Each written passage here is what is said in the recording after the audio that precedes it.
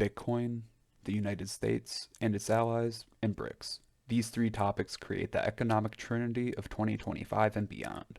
Let me explain. After the Great Recession that started in 2007, there were two major responses, one by Brazil, Russia, India, and China, and the other by a pseudonymous entity named Satoshi Nakamoto. Both were a response to being unhappy with the current financial system. However, the method of change is totally different. This is not an intro into these topics, and in reality, I am not trying to teach you about them on their own. Instead, my attempt is to show you how these three topics are actually interconnected. This is also my first video of this type, so bear with me, please. The spot Bitcoin ETF marks the beginning of the transition to a de facto Bitcoin standard. While this is most definitely a seemingly exaggerated claim, the gold standard didn't officially begin until 1900. However, its history in the United States dates to the Coinage Act of 1792, which created the mint and its officers alongside the exportation and melting of gold because it was undervalued compared to silver at the time. However, the de facto standard didn't quite take hold until 1879, when the Specie Payment Reduction Act, which marked a return to the gold standard 21 years before it was official, rather late compared to England's official adoption of the gold standard in 1821 and France's adoption under Napoleon for the first time in 1803. For reference, the first gold mining stock was on the New York and Mining Company, founded in 1824. And it wasn't until 2004 that gold got its first ETF, which was only first invented in 1990 in none other than Canada. Thus, the gold standard's transition began well before the de facto standard ever occurred. However, we all know the world is under a fiat money standard instead of a golden one now. But what caused the gold standard to end? Well, World War I, the Great Depression, and World War II led to the greatest international redistribution of wealth the world had ever seen up until that point. And it led to the US gaining its economic dominance through exploring its own national and international interests.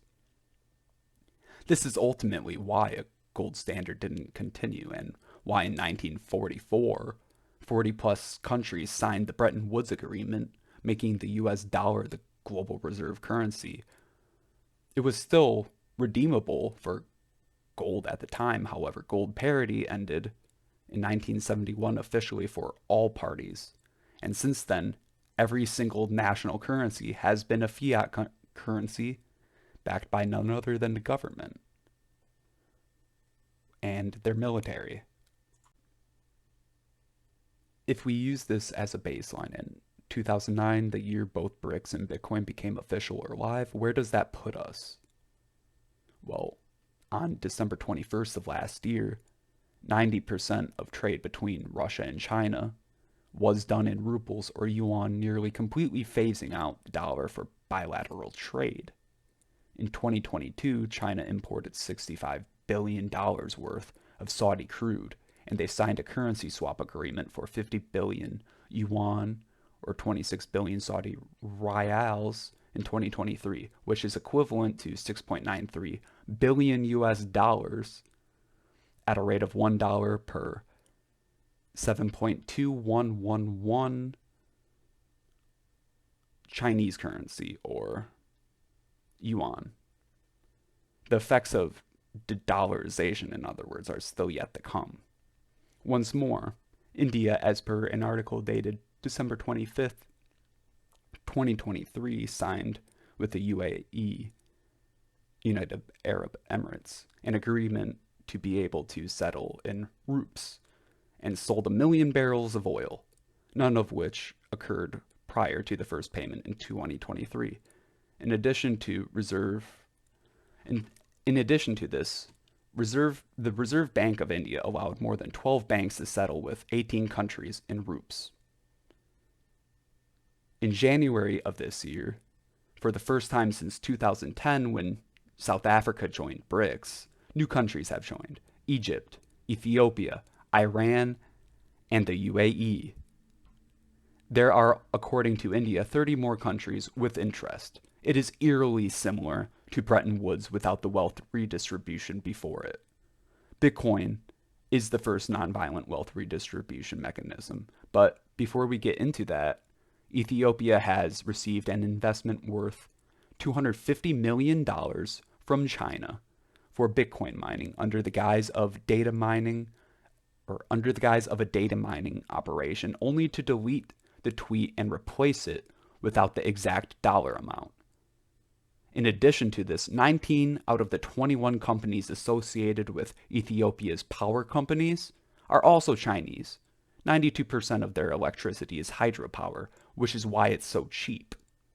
So far, we have seen that BRICS nations are de-dollarizing, and that the United States has also approved the spot Bitcoin ETFs, even selling US government-held Bitcoin confiscated from Silk Road to the ETFs, those US dollars that China and Russia aren't using for bilateral trade, aren't just being sit on by China and Russia.